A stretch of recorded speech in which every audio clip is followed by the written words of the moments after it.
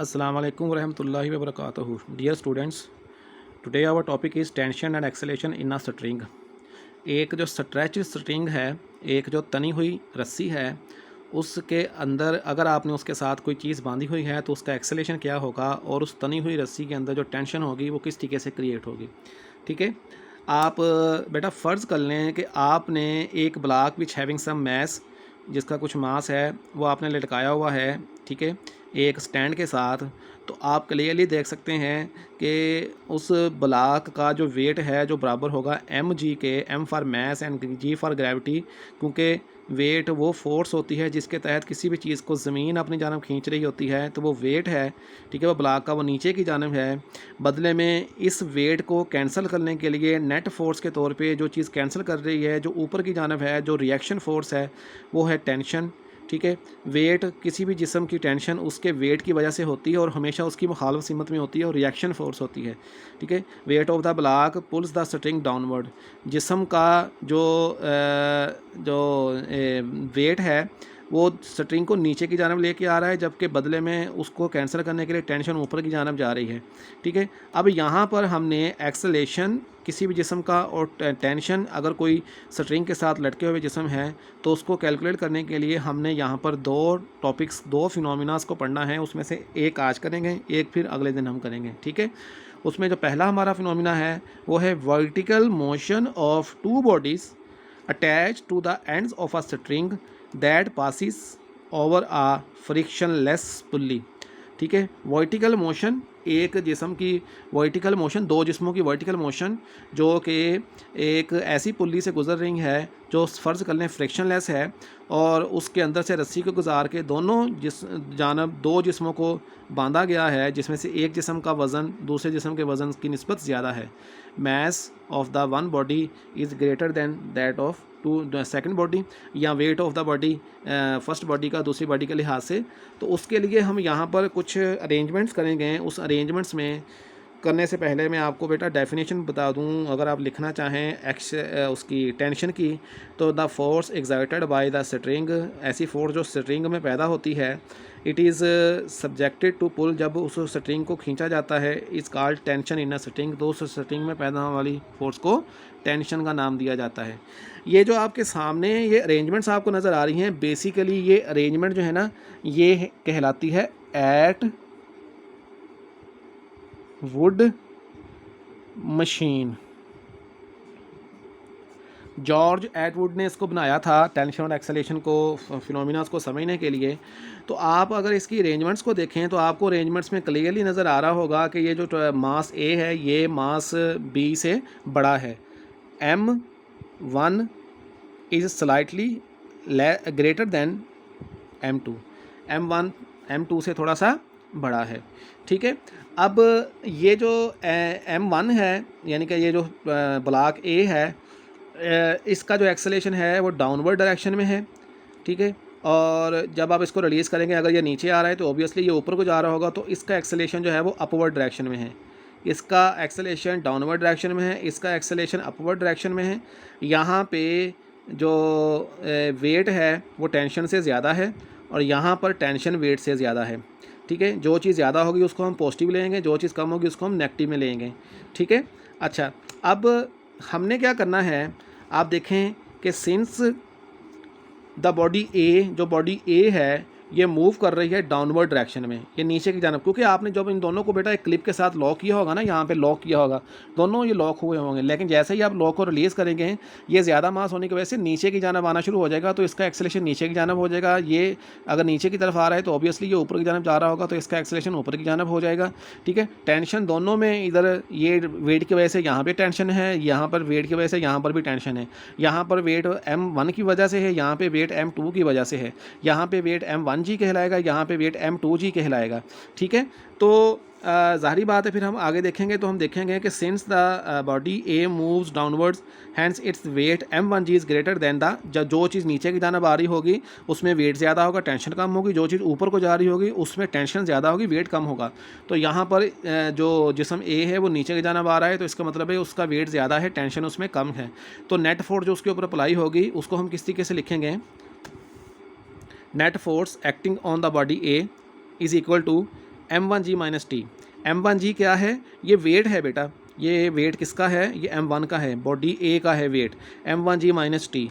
According to Newton second law of motion, Newton के दूसरे law of motion के मुताबिक F बराबर किसके होता है? एम ए के। अब ये F क्या है? ये F है नेट फोर्स। तो नेट फोर्स की कीमत हमने ये निकाली थी ना, ये कीमत यहाँ पुट कर दें आप, तो यहाँ पे पुट करेंगे तो m1g माइनस टी बराबर आ जाएगा m1a के। m1 मास, पहला मास, ब्लॉक ए का मास, और a एक्सेलेरेशन उसका। तो ये हमारी इक्वेशन नंबर 1 बन जाएगी। ठीक है, यहाँ पर आप देख सकते हैं कि वेट जो है वो टेंशन से ज़्यादा है। ठीक है, क्योंकि ये नीचे की जानब आ रहा है, मैंने आपको पहले भी बता दिया है।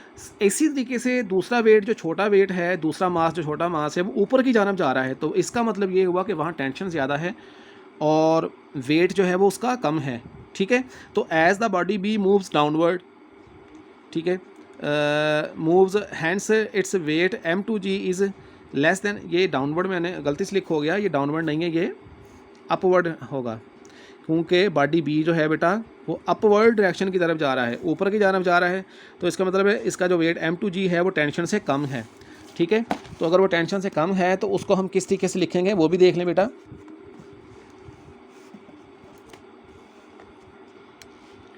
उसमें आप देखें कि नेट फोर्स एक्ट, वही बात दोबारा फिर आ जाएगी, net force acting on the body B पर जो नेट फोर्स एक्टिंग होगी उसमें मैंने आपको कहा कि अगर वो ऊपर की जानब जा रहा है तो उसका वेट कम है, टेंशन ज़्यादा है। जो चीज़ ज़्यादा होती है वो प्लस में, जो चीज़ कम होती है उसको माइनस में लिख देते हैं।